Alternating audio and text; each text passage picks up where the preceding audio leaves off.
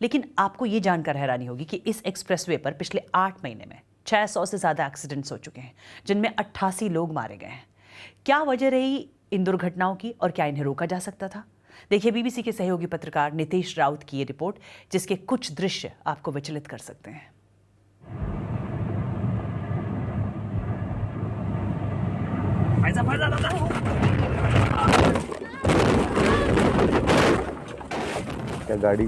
मेरी कार के शीशे चकनाचूर हो गए। ये खौफनाक अनुभव था। उस समय मेरा पूरा परिवार कार में था। मेरी पत्नी, 2 बेटियां, सब किसी तरह कार से बाहर निकले। मेरी पत्नी बुरी तरह जख्मी हो गई थी।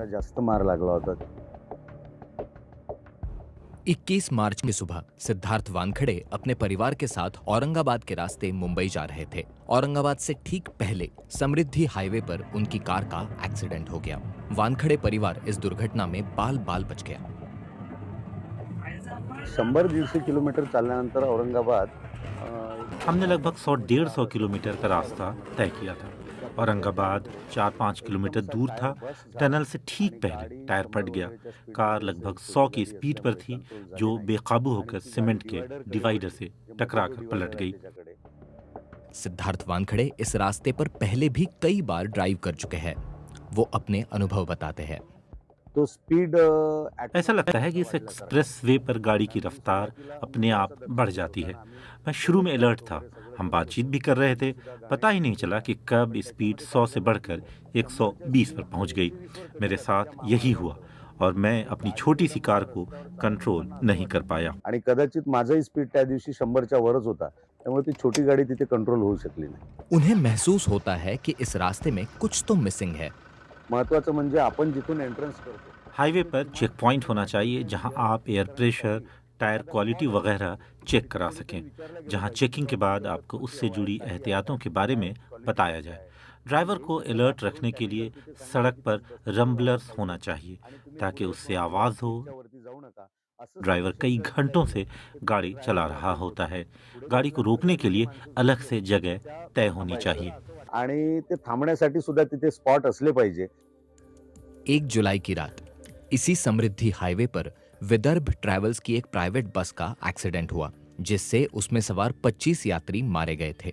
तभी से ये हाईवे सुरक्षा के हिसाब से चर्चा का विषय बना हुआ है। बीते 7-8 महीनों में इस हाईवे पर 615 से ज्यादा एक्सीडेंट हो चुके हैं, जिनमें 88 लोग मारे गए और 222 लोग गंभीर रूप से जख्मी हुए हैं। अधिकतर एक्सीडेंट्स नागपुर रेंज में हुए।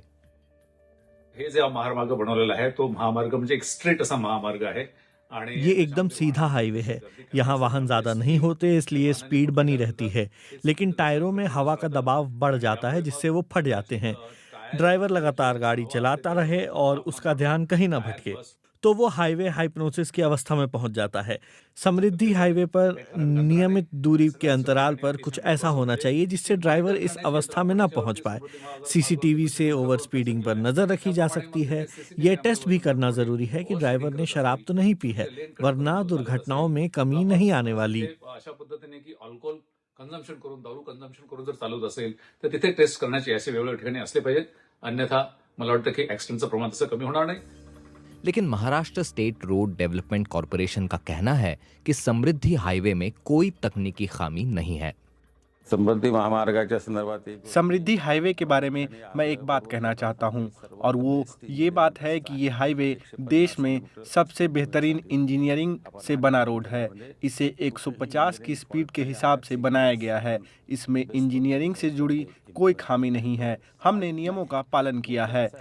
दिक्कत यह है कि लोगों को जब 600 किलोमीटर तक इतनी बढ़िया रोड मिलती है तो वो बेकाबू हो जाते हैं। सेफ लाइफ फाउंडेशन सड़क दुर्घटनाओं पर शोध करता है। हमने उनसे इस पर भी रिसर्च रिपोर्ट मांगी है। उनका कहना है कि 30% एक्सीडेंट इस वजह से होते हैं कि लोग हाईवे पर होड़ लगाते हैं। कमी स्पीडचा पाठीमागून येऊन आपण धडक मारतो। हाईवे पुलिस के मुताबिक अधिकतर दुर्घटनाएं ड्राइवर की लापरवाही की वजह से होती है, लेकिन विशेषज्ञों का मानना है कि दुर्घटनाओं को रोकने के लिए और ज्यादा उपाय करने की जरूरत है।